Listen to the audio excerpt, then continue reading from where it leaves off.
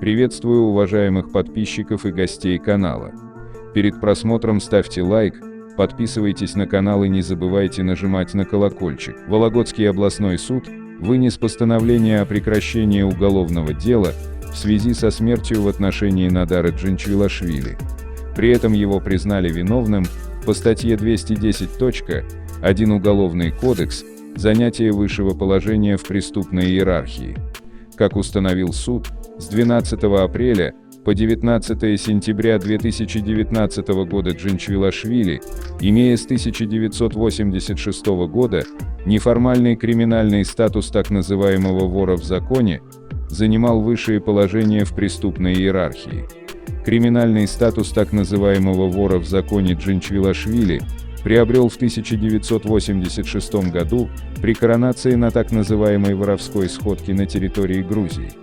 Этот статус является в преступной иерархии высшим, пожизненным, дает непререкаемый авторитет в криминальном мире и преступной среде со всеми его представителями, находящимися ниже его самого, и предоставляет широкие организационно-распорядительные функции в уголовно-преступной среде, пояснили в объединенной пресс-службе судов области. В 1995 году Джинчвилашвили переехал в Вологодскую область, занял высшее положение в преступной иерархии региона. С этого времени Джинчвилашвили умышленно и незаконно распределил сферы влияния в уголовно-преступной среде Вологодской области и города Котлас Архангельской области. Он определил на посты смотрящих своих доверенных лиц: с 1995 года Синицына, смотрящим за Череповцом, назначив его держателем воровского общака, Кадуа, смотрящим за Вологдой, а Журкина, смотрящим за Великим Устюгом и Котласом. Помимо этого, в мае 2019 года на так называемой воровской сходке Джинчвилашвили по телефону поддержал отбывающего наказание ВК номер 12 в Шексне Антипенко и подтвердил его статус смотрящего за осужденными лицами. Кроме того, Джинчвилашвили с 1995 года по 2019 годы на территории Вологодской области создал, организовал и поддерживал систему так называемого воровского общака, совокупности денег и вещей, накапливаемых, контролируемых и распределяемых лицами, занимающими высшие положения в преступной иерархии, для подпитки отдельных представителей уголовно-преступной среды, членов организованных преступных формирований, а также лиц, содержащихся в местах принудительной изоляции от общества, рассказали в пресс-службе судов. Также Джинчвилашвили поддерживал международные криминальные связи с иными ворами в законе, проживающими на территориях России и Турции, участвовал в воровских сходках воров в законе. Напомним, Надар Джинчвилашвили скончался в следственном изоляторе 10 сентября этого года. Представители умершего, его вдова, сын и мать, не согласились на прекращение уголовного дела в отношении по нереабилитирующим основаниям. Вдова настаивала на его оправдании. Сам Джинчвилашвили вину не признавал. Утверждал, что ему неизвестны понятия «вор в законе», «воровской закон», «воровской общак» и «воровская сходка». Суд, впрочем, признал его виновным в совершении преступления по статье 210.1 Уголовный кодекс и прекратил уголовное дело в отношении него в связи со смертью. Джинчвилашвили Надар Димурович родился 25 марта 1958 года в Кутаиси. С самых юных лет занялся криминальной деятельностью и уже в 19 впервые был осужден на 2 года за хранение наркотиков. После этого началась череда тюремных сроков. В 1980-м его посадили на 4 года за грабеж. В 1982-м еще на 4 года за ношение оружия. В 1987 году за кражу Надаре отправился отбывать 8-летний срок. Во время отбывания этих сроков его приняли в воровскую семью. Это случилось, когда молодому авторитету исполнилось 24 года. Также в это время о нем пошла слава, как об объективном судье при разрешении различных конфликтов. К нему стали часто обращаться за советом и помощью. Рьяное следование воровским традициям и поддержка заключенных сыграли свою роль в том, что Надар Джанчвилашвили был в конце лихих 90-х поставлен московским сходняком, смотрящим за Вологодской областью. В регионе было много банд-отморозков, которые не давали спокойной жизни бизнесменам, и именно Шоши должен был не только урезонить беспредельщиков, но и контролировать всю организованную преступность области. Имея за плечами огромный тюремный стаж и весомый авторитет, Надар принялся расчищать область от отморозков. Кто-то сам шел на поклон к смотрящему и начинал платить в воровской общак, при этом завязывая с беспределом. Впрочем, несмотря на присутствие в области законного вора, отморозки не исчезли насовсем. Напротив, некоторые из лидеров таких банд стали досаждать вору. В ноябре 2001 года на центральном рынке Череповца произошел серьезный конфликт между армянами и азербайджанцами. Торговцы не могли поделить территорию.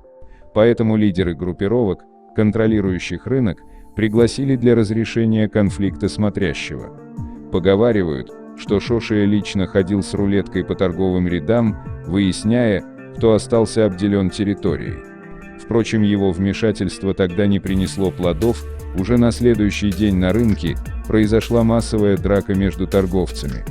В 2003 году от рук киллеров пал ставленник Шоши, смотрящий по Вологде Андрей Захаров. Неизвестно, было ли это убийство отомщено или нет, но на положении Джанчвилашвили эта потеря не сильно отразилась. Шоши продолжил управлять областью и даже, следуя воровским принципам, ставил своих смотрящих в Вологодской тюрьме, которые, по его мнению, были достойны такого положения. Находясь в Череповце, Надар Джанчвилашвили тесно поддерживал отношения с Георгием Нижерадзе и смотрящим за Ярославской областью Дмитрием Чентурия. Поддерживал он связь и со всероссийским криминальным авторитетом Шакра Молодым. Так, только с помощью Шакра Шоши смог урегулировать конфликтную ситуацию, признавать или не признавать вором в законе Руфата Гинджинского, прибывшего отбывать наказание в одной из колоний Вологодской области. Надар, как в последней инстанции, обратился к Шакра и получил от него отрицательный ответ, который и был доведен до массы вологодских заключенных. Неизвестно, почему смотрящий перестал устраивать силовиков в Вологодской области. При нем в Вологодской области не было засилья бандитов, вор сдерживал беспредел. Но в начале 2007 года суд признал, что Надар Джанчвилашвили находится на территории страны нелегально, так как не имеет российского гражданства. Это при том, что уже на протяжении 12 лет Шоши был смотрящим по Вологодской области.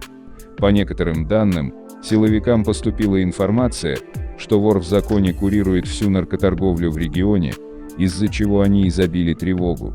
Следователи доказали, что российский паспорт Надара был приобретен им за взятку у сотрудника паспортно-визовой службы во Владимирской области. Сотрудника этого уже давно подозревали в продаже документов, и когда информация подтвердилась, его задержали.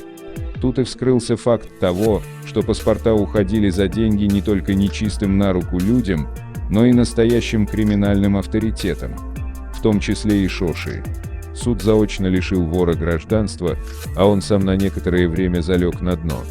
Только через полгода оперативникам удалось задержать Надара и поместить его в спецприемник.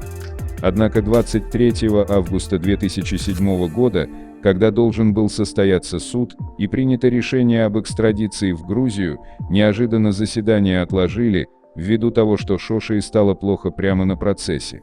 Его госпитализировали прямо из зала суда.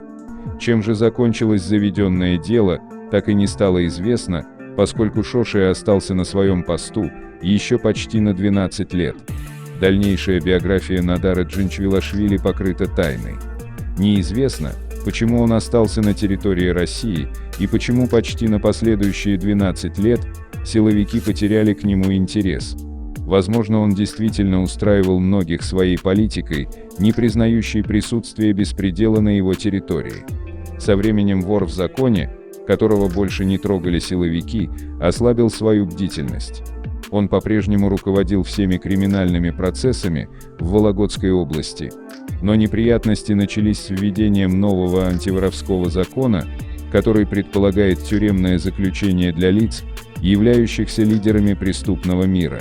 В рамках этой статьи Шошию и задержали 19 сентября 2019 года. Вместе с ним были арестованы и 3 смотрящих за разными городами Вологодской области, которых именно Надар Джанчвилашвили расставил на эти территории собирать деньги для воровского общака и следить за преступностью, регулируя конфликты от его имени. По словам одного из оперативников, имеется и еще один человек, который также в рамках этого уголовного дела проходит как смотрящий, но он на данный момент отбывает наказание в колонии. Возможно, в отношении него будет заведено отдельное уголовное дело. В заключение у страдающего онкологией и туберкулезом Надара Джанчвилашвили значительно ухудшилось здоровье.